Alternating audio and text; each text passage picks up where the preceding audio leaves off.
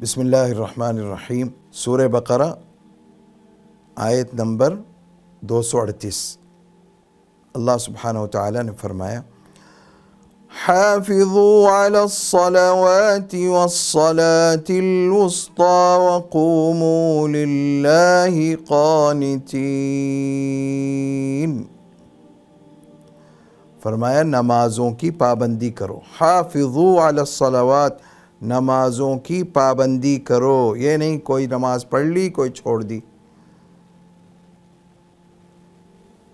ہر نماز کو اہتمام کے ساتھ پابندی کے ساتھ ادا کرو، صحیح وقت پر ادا کرو۔ حافظوا علی الصلوات، نمازوں کی پابندی کرو، والصلاة الوسطی، اور درمیان والی نماز کی خاص طور پر، یعنی پانچوں نمازوں کو عمومی حکم دینے کے بعد نماز عصر کی الگ سے تاکید فرمائی، نماز عصر کی الگ سے تاکید فرمائی کہ اس نماز کی بھی پابندی کرو۔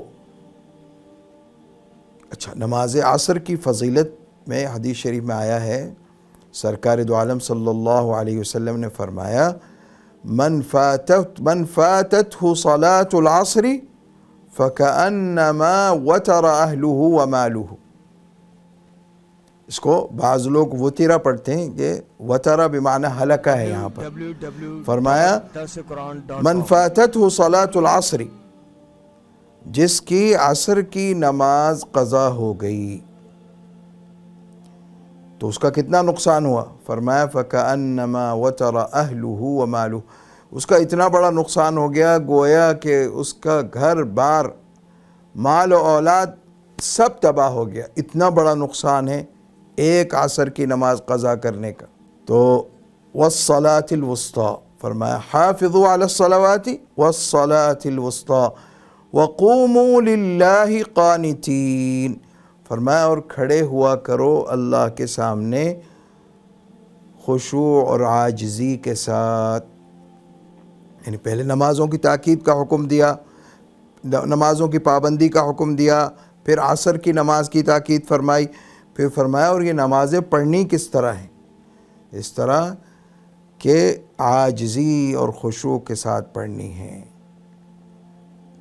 دل کا حاضر ہونا ضروری ہے، اللہ کی طرف دل کا متوجہ ہونا ضروری ہے، پرسکون انداز میں نماز پڑھنی ہے، جلد بازی والی نماز نہیں پڑھنی۔ بہت سے لوگ گھر سے وضو بھی کیا، مسجد بھی گئے اور وہاں جا کر نماز کس طرح پڑھ رہے ہیں؟ ابھی رکوع سے سر اٹھایا نہیں کہ سجدے میں چلے گئے، سجدے سے پورا اٹھ کر بیٹھے بھی نہیں اطمینان سے کہ دوسرا سجدہ کر دیا۔ تو یہ سب کیا ہے؟ کیوں اپنی نمازوں کو برباد کر رہے ہو؟ اطمینان والی نماز پڑھو۔ وآخر دعوانا ان الحمدللہ رب العالمین۔ سوشل میڈیا پر سب سے قدیم اور سب سے ریلائبل برانڈ درسقرآن.com